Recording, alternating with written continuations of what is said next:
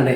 എന്താണ് ക്യാൻസർ എന്ന് പറഞ്ഞാൽ, ഈ ക്യാൻസർ എന്ന് കേൾക്കുന്നത് തന്നെ ആളുകൾക്ക് ഇന്ന് ഭയങ്കര ഭയമാണ്.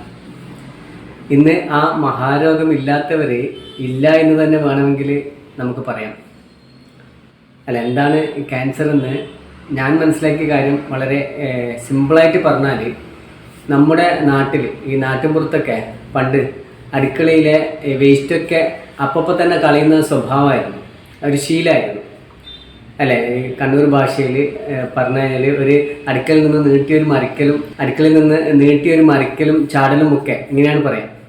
എന്നാൽ ഇന്ന് ആ വേസ്റ്റ് ബാസ്ക്കറ്റിൽ നിറച്ച് വെച്ചിട്ട് നമ്മൾ സൗകര്യം നോക്കി, ചിലപ്പോൾ അന്നും പറ്റിയില്ല എങ്കിൽ, അല്ലെങ്കിൽ ആ കളയുന്ന സമയത്ത് ആരെങ്കിലും അതിനെ തടസ്സപ്പെടുത്തിയതുകൊണ്ട് 2-3 ദിവസമൊക്കെ കഴിഞ്ഞാലൊക്കെയാണ് ഇന്ന് നമ്മൾ സാധാരണ വേസ്റ്റൊക്കെ കളയാറ്. വേസ്റ്റ് ബാസ്ക്കറ്റ് നിറഞ്ഞു കഴിഞ്ഞാലാണ് കളയാറ്. അല്ലേ, ഇന്ന് ഒരുവിധം എല്ലാ വീട്ടിലും എല്ലാ അടുക്കളയിലും അങ്ങനെ ഒരു വേസ്റ്റ് ബക്കറ്റ് ഇല്ലാത്ത അടുക്കള ഇന്ന് വളരെ വിരളമായിരിക്കും, കുറവായിരിക്കും. കുറവെന്നല്ല, ഇല്ലയെന്ന് തന്നെ പറയാം. അപ്പോൾ തന്നെ അതാത് സമയം തന്നെ ആ മാലിന്യം, ആ വേസ്റ്റ് കളഞ്ഞിരുന്ന ഒരു ശീലത്തിൽ നിന്ന് പിന്നീട് കളയുന്ന ഒരു സ്വഭാവത്തിലേക്ക്, ഒരു ശീലത്തിലേക്ക് നമ്മൾ എങ്ങനെയോ മാറി. അങ്ങനെ 2-3-4 ദിവസം സംഭരിച്ചു വെച്ച ആ മാലിന്യം ആ കളയാൻ നേരത്ത് വീണ്ടും അത് കളയുന്നതിന് ആരെങ്കിലും തടസ്സപ്പെടുത്തിയാലോ, അത് വീണ്ടും താമസം വരുത്തിയാലോ, ആ പഴക്കമുള്ള മാലിന്യം അല്ലേ വീണ്ടും വൈകും തോറും അത് അവിടെ കിടന്ന് അതിൻ്റെ സ്വഭാവത്തിൽ വലിയ വ്യത്യാസം ഉണ്ടാകും. നമുക്കറിയുന്ന കാര്യമാണ്.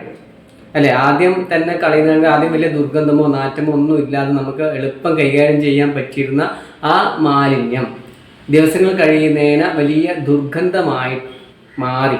അല്ലേ, ദിവസങ്ങൾ കഴിഞ്ഞും വീണ്ടും കളയാതിരുന്നാലോ, അല്ലെ, ആ ദുർഗന്ധമുണ്ടാകുന്ന അവസ്ഥയിൽ അത് വലിയ പ്രയാസമാകുന്നത് കൊണ്ട് വീണ്ടും അത് കളയാതെ നമ്മൾ സൂക്ഷിച്ചു വെച്ചാലോ അതിന് വീണ്ടും വലിയ മാറ്റം സംഭവിക്കും.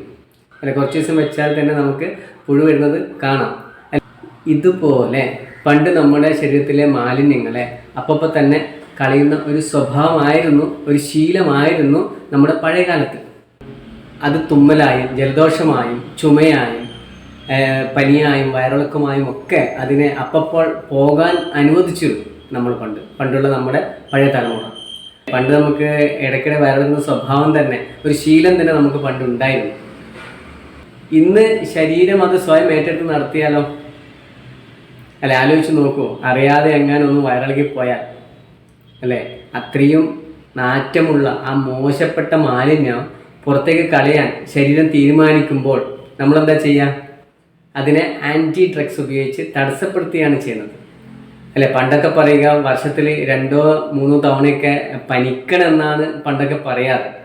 എന്നാൽ ഇന്നത്തെ അവസ്ഥയോ, അല്ലേ, അതിനെ തിരിച്ചിട്ട പേര്, അല്ലെ, ഏതെങ്കിലും ഒരു ജില്ലയിൽ ഉണ്ടെന്ന് വാർത്തയിൽ കേട്ടാൽ തന്നെ എല്ലാ ജില്ലകളെയും ആളുകൾ മൂക്കും വായും മൂടിക്കെട്ടി സ്വന്തം ശരീരത്തിലേക്കുള്ള പ്രാണവായുവിൻ്റെ സഞ്ചാരത്തെ പോലും തടസ്സപ്പെടുത്തുന്നത് നമുക്കിന്ന് കാണാൻ കഴിയും.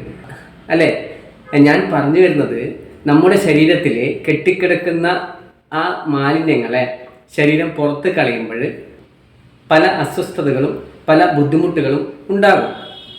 ആ അസ്വസ്ഥതകളെയും ബുദ്ധിമുട്ടുകളെയും ഒക്കെയാണ് നാം എന്ത് പറയുന്നത്, രോഗമെന്ന് പറയുന്നത്. അപ്പോൾ നമ്മൾ എന്തു ചെയ്യും? അല്ലെ, അപ്പോൾ അങ്ങനെയുള്ള അസ്വസ്ഥതകളും ബുദ്ധിമുട്ടുമായ ആ രോഗം വന്ന് നമ്മളിപ്പോൾ എന്താ ചെയ്യൽ? അല്ലെ, ആൻറ്റി ഡ്രഗ്സ് ഉപയോഗിച്ച് ആ അസ്വസ്ഥതയെ ഇല്ലാതാക്കും. അല്ലെ, നേരത്തെ പറഞ്ഞ പോലെ ആ അടുക്കളയിലെ വേസ്റ്റ് കളഞ്ഞ് ആ വേസ്റ്റ് ബക്കറ്റ് വൃത്തിയാക്കുമ്പോൾ ഉണ്ടാകുന്ന ആ അല്പസമയത്തെ പ്രയാസത്തെ നമ്മൾ ഒഴിവാക്കാൻ ശ്രമിച്ചാൽ ആ വേസ്റ്റ് ബക്കറ്റിൽ ദിവസങ്ങൾ കഴിയുമ്പോൾ പുഴു വരുന്നത് പോലെ നമ്മുടെ ശരീരത്തിലും ഇത്തരം കെട്ടിക്കിടക്കുന്ന ഈ മാലിന്യങ്ങളെ ശരീരം പുറന്തള്ളുമ്പോൾ ആ ശരീരത്തിനുണ്ടാകുന്ന ബുദ്ധിമുട്ടുകളെ അസ്വസ്ഥതകളെ ഇല്ലാതാക്കിയിട്ട് മാലിന്യം പോകാതെ കെട്ടിക്കിടക്കുമ്പോൾ ആ കെട്ടിക്കിടക്കുന്ന മാലിന്യത്തിൻ്റെയും അവസ്ഥ മാറി അത് ജീവന് ഭീഷണിയാകുന്ന അവസ്ഥയിൽ എത്തുമ്പോൾ ആ ജീവനെ സംരക്ഷിക്കാൻ വേണ്ടി ശരീരം പൊതിഞ്ഞു സംരക്ഷിക്കുന്ന ഒരു അവസ്ഥയാണ് നമ്മൾ ക്യാൻസർ എന്ന് പറയുന്നത്.